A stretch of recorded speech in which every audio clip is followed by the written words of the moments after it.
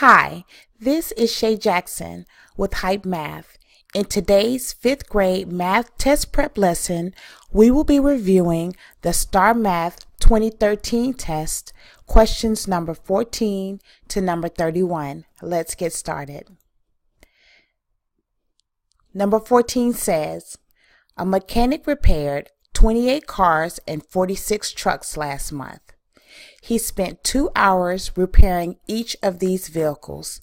Which equation can be used to find H, the total number of hours the mechanic spent repairing these vehicles? F, H is equal to 28 plus 46 in parentheses divided by 2. G, H is equal to 28 plus 46 in parentheses plus 2. H is equal to 28 plus 46 in parentheses times 2.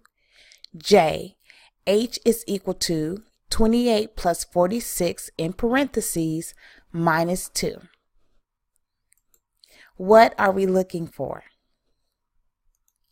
We are looking for the equation that can be used to find H, the total number of hours the mechanic spent repairing these vehicles. What information can help us find the answer? That a mechanic repaired 28 cars and 46 trucks last month. Also, he spent 2 hours repairing each of these vehicles. And lastly, H, the total number of hours the mechanic spent repairing these vehicles. How to solve the problem?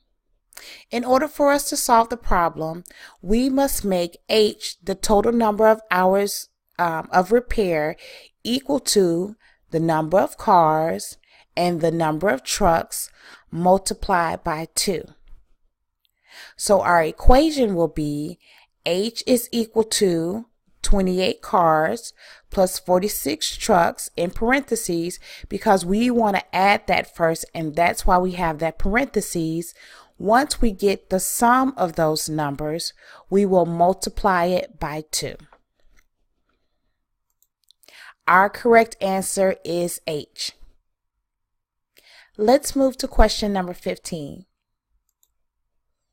Brennan has a total of 187 postage stamps. He has 48 stamps that are each 14 millimeters wide. He also has 139 stamps that are each 12 millimeters wide. What is the total width of these stamps? A, 2,618 millimeters. B, 2,230 millimeters. C, 2,340 millimeters. D, 657 millimeters. What are we looking for? We are looking for the total width of Brennan's stamps. What information can help find the answer?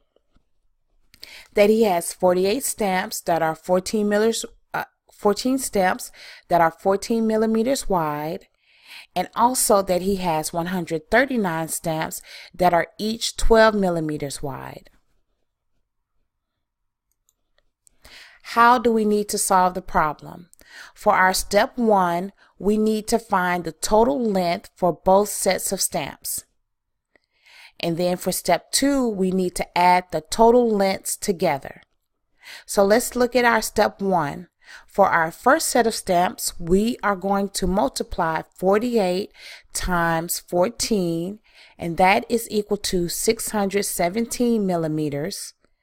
For the second set, we are going to multiply 139 stamps times 12 millimeters,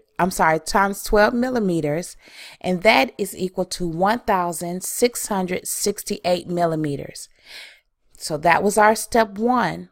Now we are going to take both of those answers and we are going to add them together to find the total length. So the total length is equal to the set 1 length plus set 2 length. That is 672 millimeters plus 1,668 millimeters. And that total length is equal to 2,340 millimeters. Our correct answer is C. Let's move to question number 16. Harman is painting a rectangular wall. He has already painted the rectangular shaded section as shown below. What is the area of the shaded section Harman has already painted? F, 80 square feet, G, 140 square feet, H, 56 square feet, J, 280 square feet. What are we looking for? We are looking for the area of the shaded section that Harman has already painted. What information can help us find the answer? Well, that we need to know the length of the shaded section, also the width of the shaded section, and in order to find the area, we must multiply that length times the width.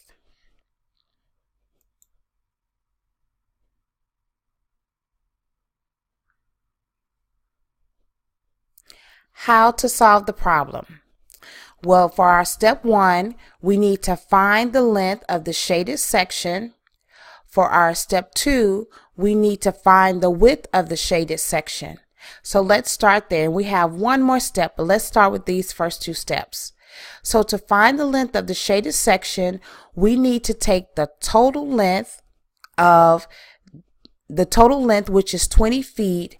And also, if you look, it shows that 10 feet up at the top is not shaded. So 20 feet minus 10 feet is equal to 10 feet.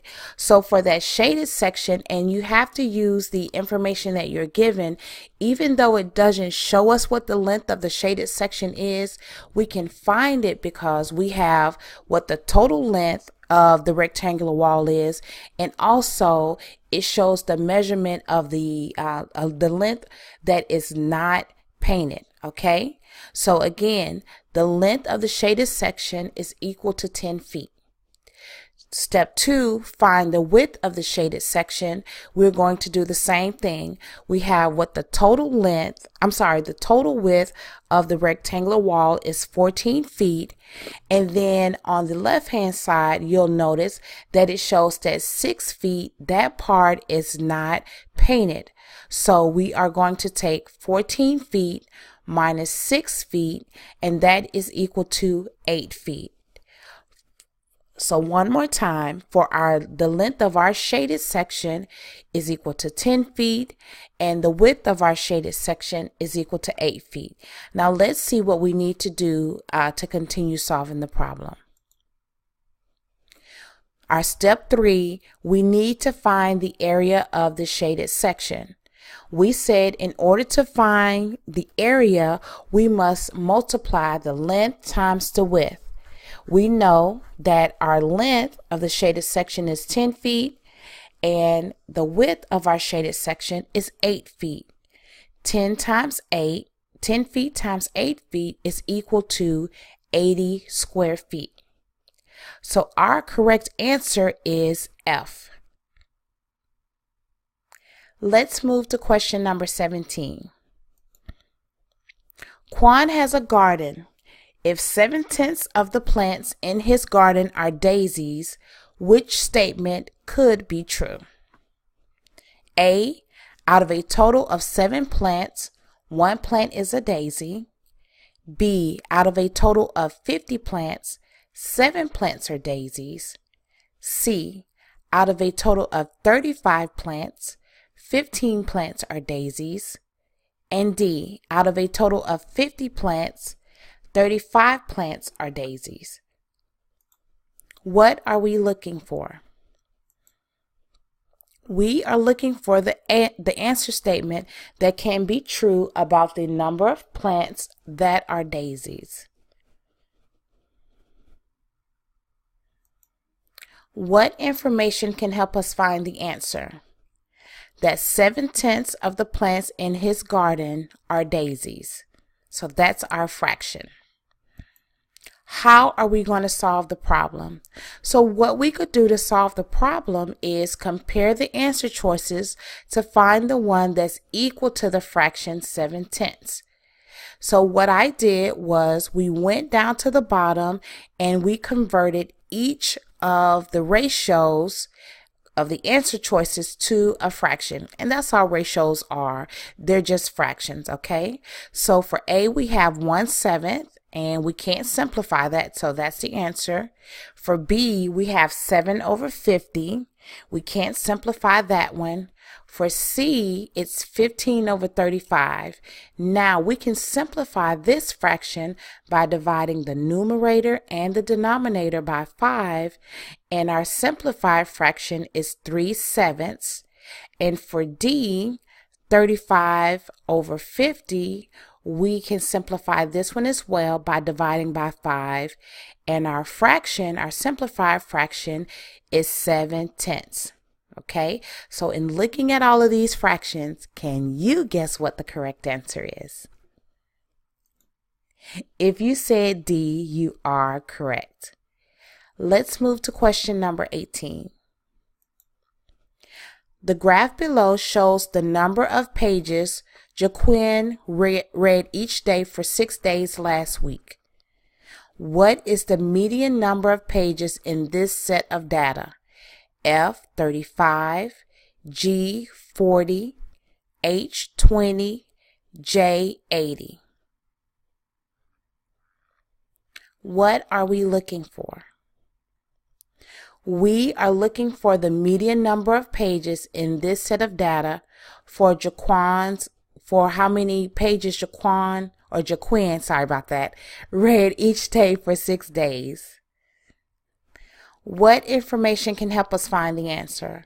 Well, knowing how many pages were read, okay? So we can see based on our graph that for Sunday, 100 pages were read.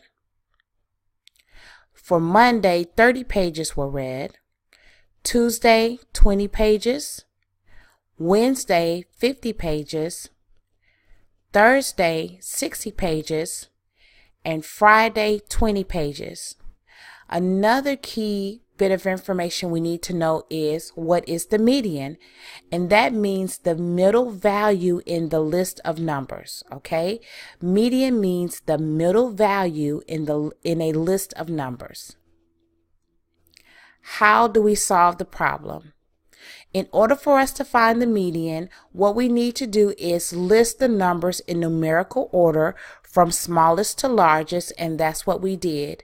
We have 20, 20, 30, 50, 60, 100. Well, since we're looking for the middle value and there's an even amount of numbers, we're going to take the two middle numbers, which are 30 and 50, okay?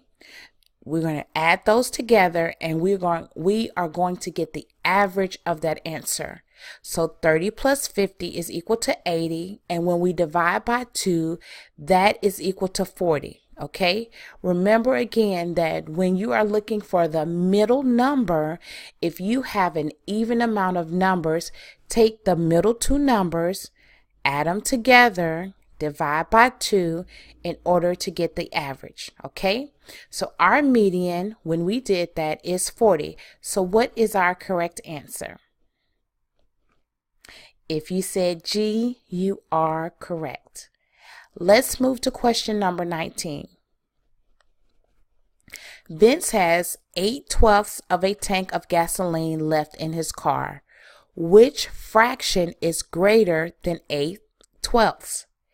A, 5/6, B, 2/3, C, 8/16, and D, 9/24. What are we looking for? We are looking for the fraction that is greater than 8/12. What information can help us find the answer? Well, let's take a look to see what 8/12 look like, okay?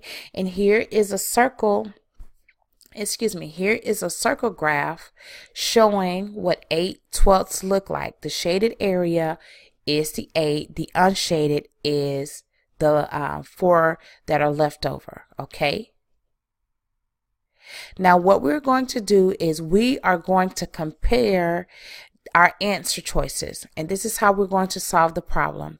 So one way that what we can do is we can simplify our fraction to 2/3, and like we did before, we can simplify each answer choice to see which one is greater than 8/12. Okay, so for A, 5/6, that can't be simplified, so that's our answer.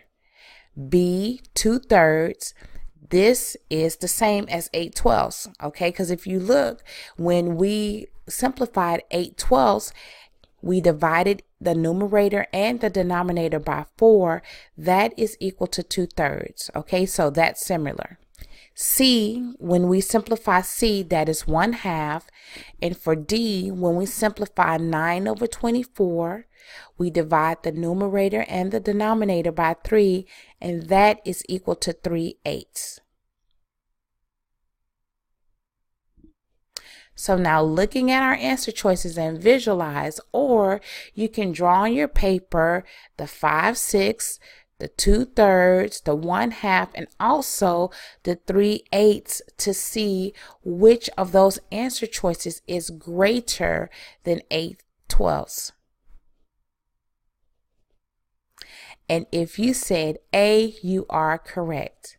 So in looking at both of our graphs, we see that 5/6 is greater than 8/12. Let's move to question number 20. Each coordinate grid below shows a single transformation. Which list describes the transformations in grids 1, 2, and 3 in order? F, translation, reflection, rotation. G, rotation, reflection, rotation. H, reflection, translation, rotation. J, rotation, reflection, reflection. What are we looking for? We are looking for the list that describes the transformations in grids 1, 2, and 3 in order. What can help us find the answer? Okay, so what we can do is define what the different transformation the answer choices are. Okay, so for translation, this means shapes that move from one point to another without rotating, resizing, flipping, or anything else. That's translation. Rotation is when a figure is turned about a given point, it is rotated clockwise or counterclockwise. And lastly, reflections, shapes that are a mirror image and there is a line of reflection. Okay, so in looking at grids 1, 2, and 3, which transformations are happening? How to solve the problem? Well, in looking at it, we know that grid 1 is a rotation, because remember, it is a figure that moves on a given point clockwise or counterclockwise. That's grid 1. Grid 2 is a reflection because it looks like a mirror image with a line of reflection. And for grid 3, this is a rotation as well. So for our transformations, it's grid 1 rotation, grid 2 reflection, grid 3 rotation. And our correct answer choice is G. Let's move to question number 21. The diagram below models the bus route Sofia takes to get from her house to a shopping center. Use the ruler provided to measure Sofia's route to the nearest inch. If 2 inches in the drawing represents 1 mile, which distance is closest to the length of the actual bus route Sofia takes to get from her house to the shopping center? A, 24 miles, B, 6 miles, C, 5 miles, D, 12 miles. What are we looking for? We are looking for the distance that is the closest to the length of the actual bus route Sofia takes to get from her house to the shopping center. What information can help us find the answer? One bit of information that could help us is that 2 inches in the drawing represents 1 mile, and also that the distance that is closest to the length of the actual bus route Sofia takes to get, from her house to the shopping center. Okay? So what we would need to do is there's a ruler provided, and you take your ruler and you measure from Sofia's house all the way down to the end, because if you notice, you see bus stop H, bus stop P, bus stop R, bus stop X, and then you get to the shopping center. How to solve the problem? In order to solve the problem, step 1 is to measure the distance from Sofia's house to the shopping center. And when we do that, that distance is equal to 12 inches. Now what we need to do is we need to convert this into miles. So remember, for 2 inches, that is equal to 1 mile. And what we're going to do, we know that it's 12 inches, but we're looking for the number of miles. So we are going to set up our fractions and cross multiply. 2 inches times X mile is equal to 12 inches times 1 mile. So our answer is X is equal to 6. And looking at our answer choices, which is the correct answer? If you said B, you are correct. Let's move to question number 22. 2 lists of numbers are shown below. Which statement about these lists of numbers is true? F, each number in list P is 6.1 less than the number below it in list Q. G, each number in list P is 5.9 more than the number below it in list Q. H, each number in list P is 5.9 less than the number below it in list Q. J, each number in list P is 6.1 more than the number below it in list Q. Okay, so what are we looking for? We are looking for the statement about the list of numbers that is true. What information can help us find the answer? Well, the list of numbers can. So let's see how we need to solve this problem. We are going to compare list P and list Q. So,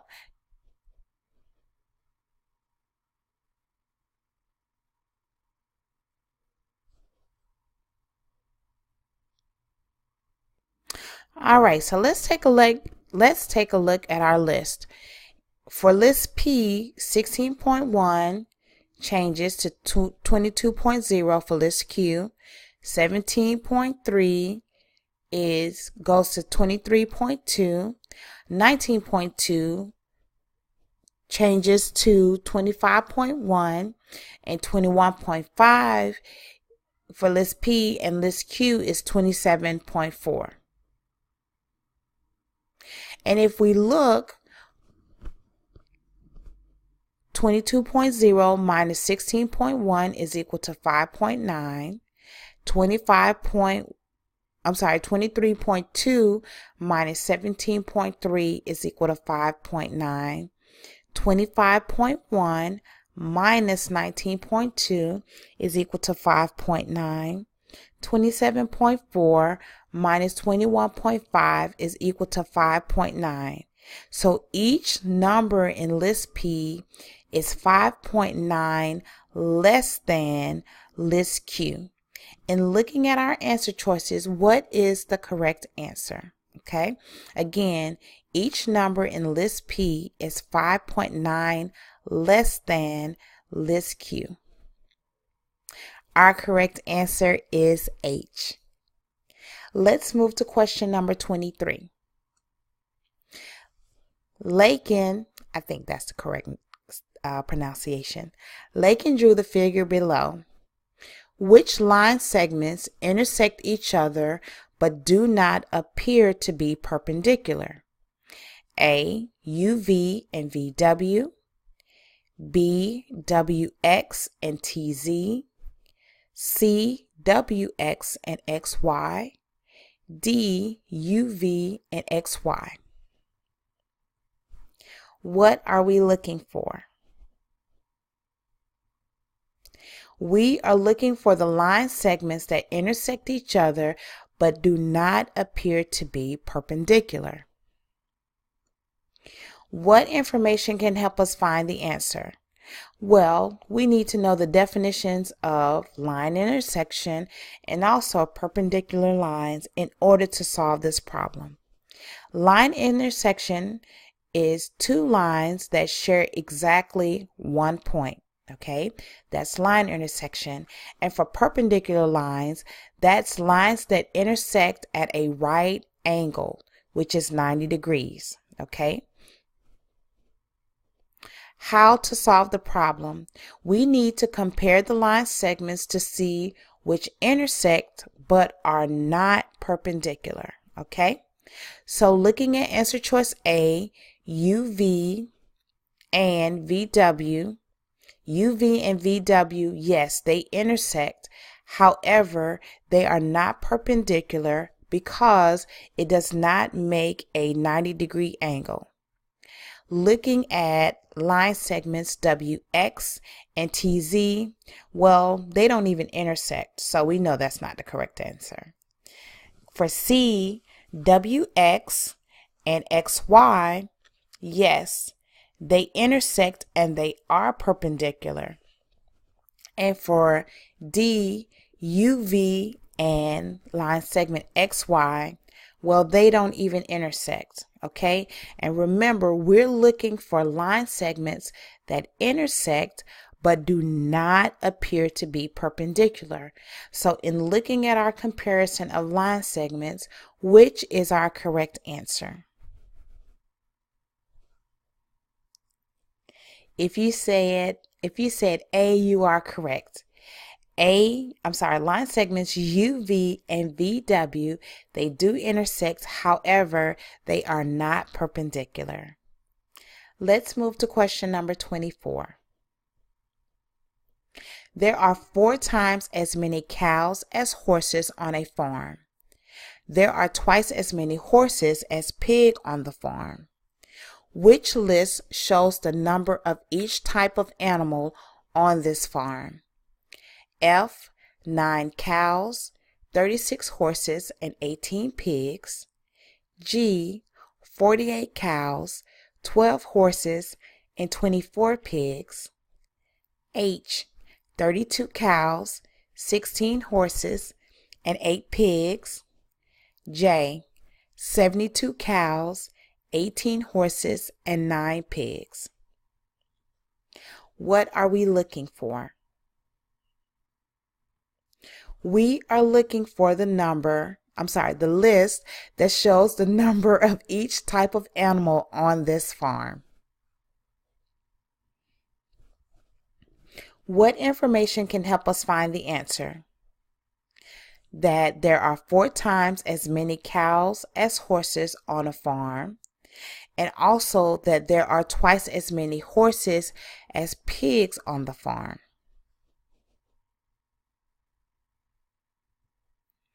Let's see how we're going to solve this problem. Okay, so we know that for horses that there is twice as many horses as pigs on the farm, and also that there are 4 times as many cows as horses. Okay, so in looking, let's say we started off with 9 pigs. If we started off with 9 pigs, that means twice as many. To find the horses, we would multiply by 2 because there are twice as many horses as pigs. 2 times 9 is equal to 18. So there are 18 horses. And then from there, we can find the number of cows because we said that there are 4 times as many cows as horses. So 4 cows is equal to 4 times 18, because remember, that's the number of horses, and that's equal to 72. So there are 72 cows, 18 horses, and 9 pigs. And looking at that, what is our correct answer? If you said J, you are correct. Let's move to question number 25. The table below shows the grades Rene earned on some reading assignments. What is the range of these grades? Record your answer below. Record your answer and fill in the bubbles on your answer document. Be sure to use the correct place value. Well, we don't have the document, but we can solve for that problem. Okay? Let's look at her reading assignments. For assignment number 1, she made a 78. Assignment number 2, 92. Assignment number 3, she scored 85. Assignment number 4, she made an 80. Assignment number 5, she made a 92. Assignment number 6, she made a 100. Assignment number 7, she made a 79. Assignment number 8, she made an 88. Assignment number 9, she made a 72. Assignment number 10, she made a 100. Assignment number 11, she made a 95. Assignment number 12, she made an 89. What are we looking for? We are looking for the range of grades on the reading assignments. What information will help us find the answer? Well, we need to know what the definition of range is, and that is the difference between the lowest value and the highest value.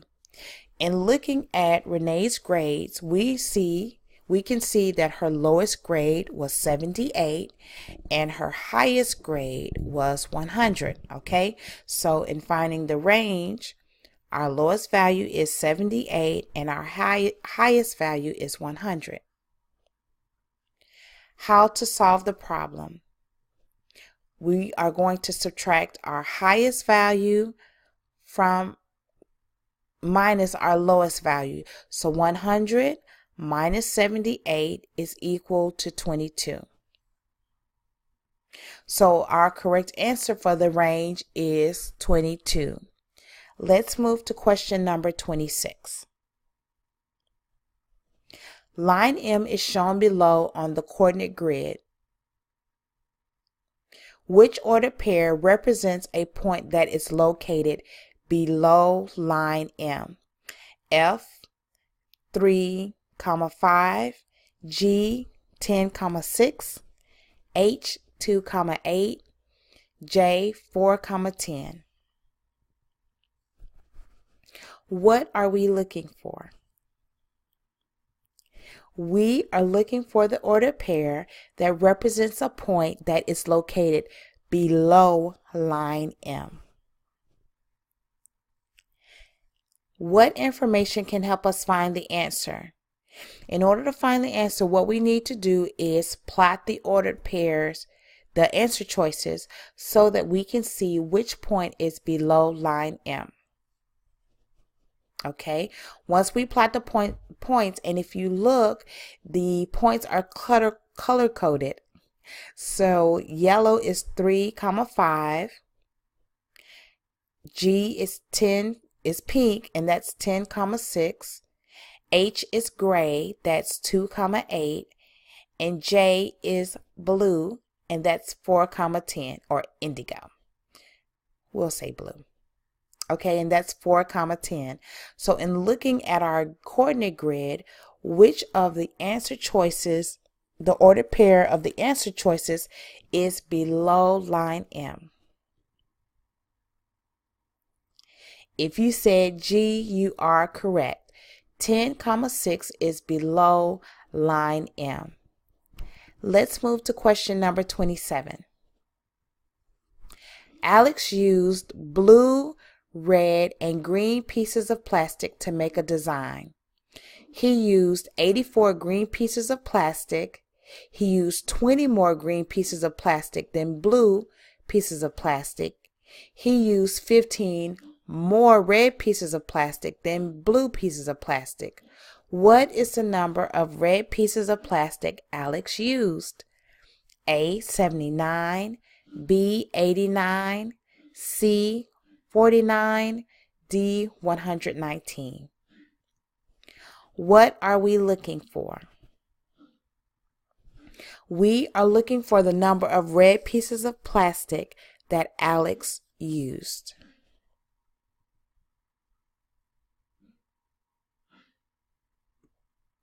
What information can help us find the answer? Okay, so we know that Alex used 84 green pieces of plastic. He also used 20 more green pieces of plastic than blue pieces of plastic. And he used 15 more red pieces of plastic than blue pieces of plastic. How to solve the problem. So what we need to do is find the number of red pieces of plastic. So let's take it step by step. Number one, we know that there are 84 green pieces of plastic. Okay. For the blue pieces of plastic, we know that he used 20 more green pieces of plastic than blue pieces of plastic. So in order to find the blue pieces, what we need to do is subtract 20 from 84. Okay, so 84, which is the green pieces of plastic, minus 20 is equal to 64. So for the blue pieces of plastic, Alex had 64. Now we know that he used 15 more red pieces of plastic than blue pieces of plastic.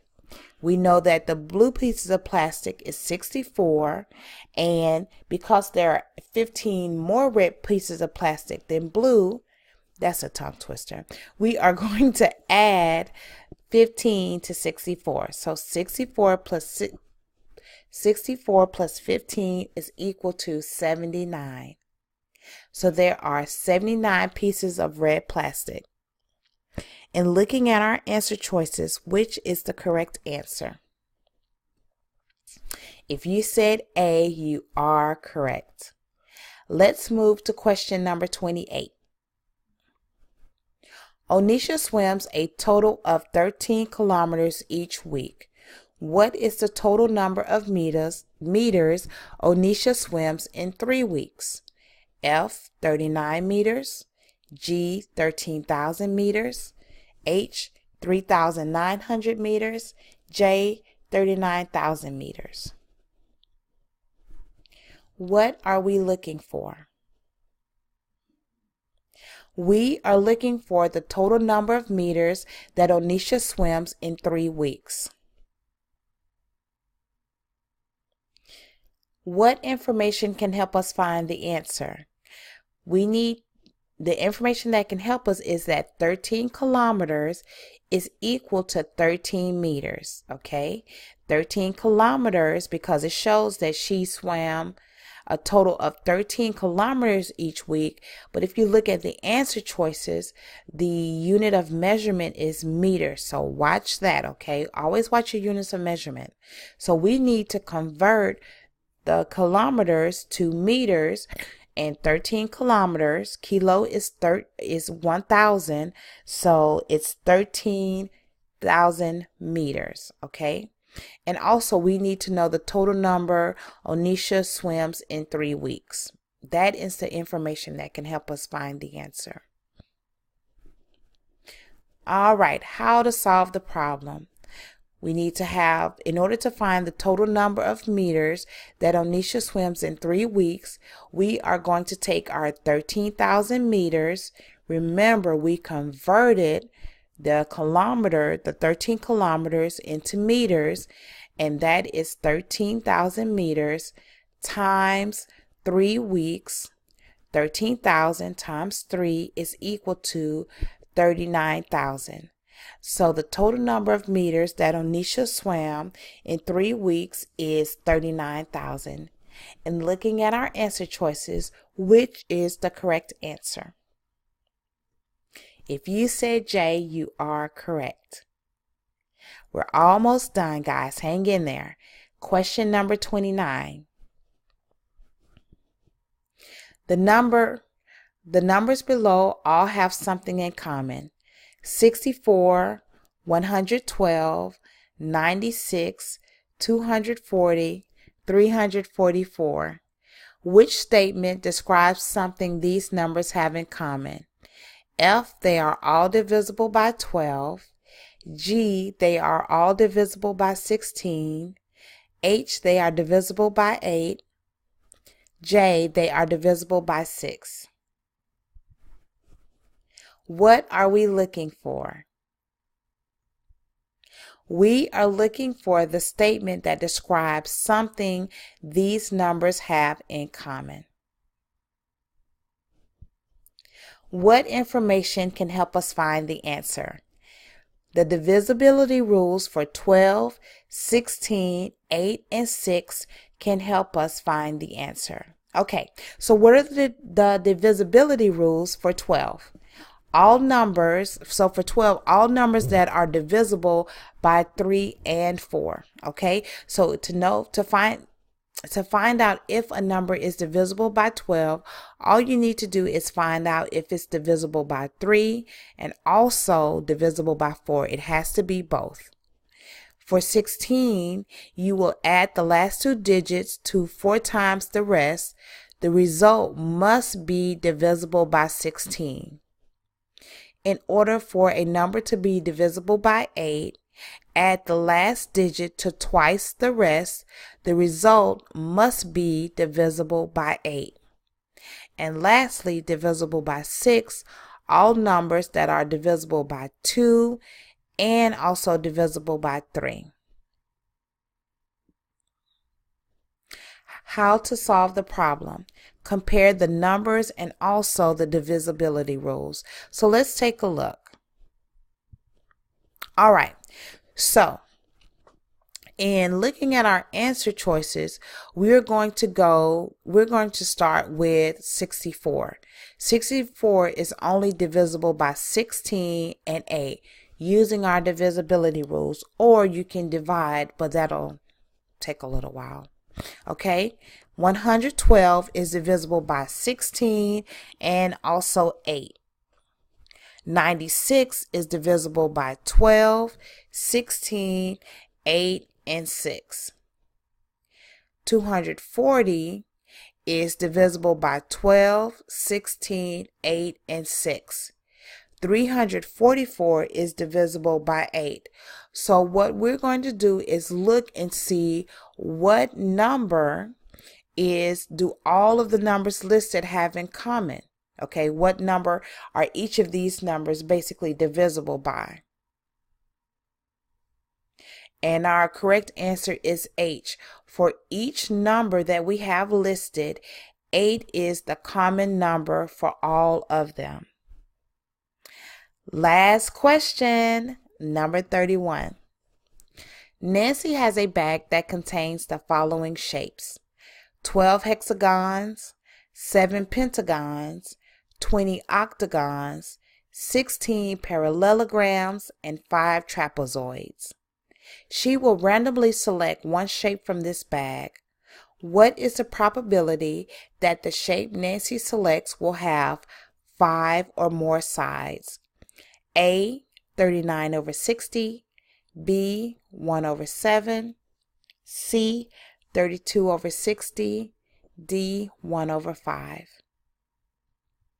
What are we looking for? We are looking for the probability that the shape Nancy selects will have 5 or more sides. What information can help us find the answer? Well, we need to know the size of our shapes, okay? So a hexagon has 6 sides, a pentagon has 5 sides, an octagon has 8 sides, trapezoids have 4 sides, and parallelograms have 4 sides. So remember, we're looking for the probability that the shape Nancy selects will have 5 or more sides. How to solve the problem. Okay, so what we need to do is find out of the shapes which ones have 5 or more sides, and we know that that is the hexagons, which she has 12, pentagons, she has 7, and also octagons, she has 20. Okay, so to solve our problem, the first thing we need to do is add up the total number shapes. Okay, so when we add 12 plus 7 plus 20 plus 16 plus 5, that is equal to 60, which is our denominator. Okay, that's the total number of shapes that we have. That's 60. That's our bottom number, our denominator. Step 2, we need to add the number of shapes that have 5 or more sides. So 12 plus 7 plus 20 is equal to 39. That is our numerator, okay? Because it's only the shapes that have 5 or more sides. So in looking at our answer choices, which probability is correct? If you said A, you are right, okay? Because we said that 39 is our numerator and 60 is our denominator. And that's it. You made it through. Coming soon, we will be having STAAR Math test prep workbooks for 5th and 8th grade. They will be available to purchase Friday, February 16th, and for 3rd, 4th, 6th, 7th, and Algebra 1, STAAR Math test prep workbooks will be available to purchase Friday, March 9th. For more 5th grade math test prep videos and tools, go to www.hypemath.com. Talk to you later.